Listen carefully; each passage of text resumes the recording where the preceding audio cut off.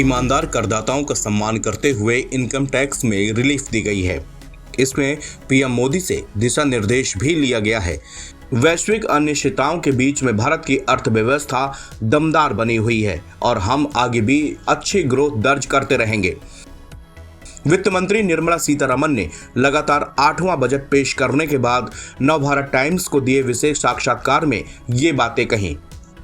वित्त मंत्री निर्मला सीतारमण से सवाल पूछा गया कि क्या आपने सिर्फ ये सोचकर टैक्स रिलीफ दी है कि इससे कंजप्शन बढ़ेगा, लोग चीजों की खरीदारी बढ़ाएंगे। जवाब में फाइनेंस मिनिस्टर ने कहा कि इसके पीछे मुख्य बात यह थी कि हमें ईमानदार करदाताओं का सम्मान करना चाहिए जो देश के विकास में, राष्ट्र के निर्माण में योगदान कर रहे हैं। कंजम्पशन भी इससे बढ़ेगा।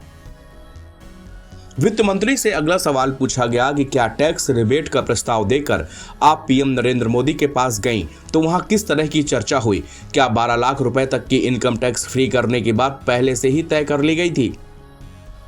इसके जवाब में उन्होंने कहा कि उनका गाइडेंस ये था कि हम ऐसा किस तरह से करने जा रहे हैं, इसका क्या तरीका होगा। रेवेन्यू डिपार्टमेंट और सीबीडीटी सहित सभी पक्षों से विचार विमर्श के बाद हमने उनके सामने प्रस्ताव रखा।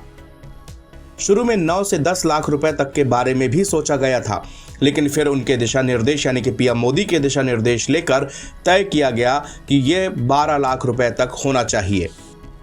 वित्त मंत्री निर्मला सीतारमण से पूछा गया कि क्या सैलरीड क्लास की आमतौर पर यह शिकायत रहती है कि वो तो ईमानदारी से टैक्स चुकाता है, लेकिन बदले में उस हिसाब से उसे अच्छे पब्लिक स्कूल या अस्पताल जैसी जरूरी सुविधाएं नहीं मिल पाती हैं, कोई अनएम्प्लॉयमेंट बेनिफिट नहीं है।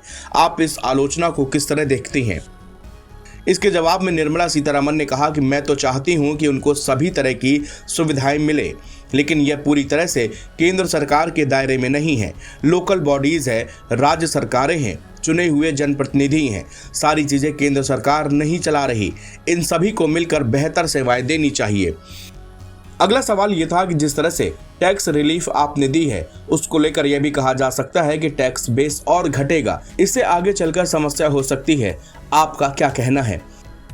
वित्त मंत्री ने इसके जवाब में कहा कि लेकिन क्या यह सही होगा कि जो लोग टैक्स चुका रहे हैं उन्हीं लोगों पर और ज्यादा टैक्स बढ़ाया जाता रहे? यह भी तो सही नहीं है। इसलिए हमने कहा कि हमें राहत देनी होगी और हमने राहत दी है क्योंकि हम टैक्स पेयर का सम्मान करते हैं। हालांकि टैक्स बेस बढ़ाने की जिम्मेदारी भी हम पर है ताकि नए लोग आते रहें। वित्त मंत्री निर्मला सीतारमण ने आगे कहा कि हर सेगमेंट के लिए स्कीमों के जरिए बेनिफिट पहुंचा रहे हैं। किसान क्रेडिट कार्ड के जरिए लोन लिमिट 3 लाख से बढ़ाकर 5 लाख रुपए कर दी गई है। स्टैंडर्ड लोन स्कीम को हम रिवैम्प किया है, इससे अब 50 करोड़ लोगों को लाया जाएगा। कई अफोर्डेबल हाउसिंग स्कीम्स है। स्टार्टअप्स को और 10,000 करोड़ रुपए फंड और फंड्स के जरिए दिए जाएंगे। पिछली बार 2016 में ऐसा किया गया था। इसके जरिए 2 लाख से अधिक रजिस्टर्ड स्टार्टअप्स को मदद मिली थी। रूरल एरिया में सेल्फ हेल्प ग्रुप्स की मदद दी जा रही है जिससे वो अपना बिजनेस कर रहे हैं। हम हर ग्रुप को ध्यान में रखकर काम कर रहे हैं जिससे कि उनको आसानी से अफोर्डेबल क्रेडिट मिल सके। एनबीटी ऑनलाइन की रिपोर्ट।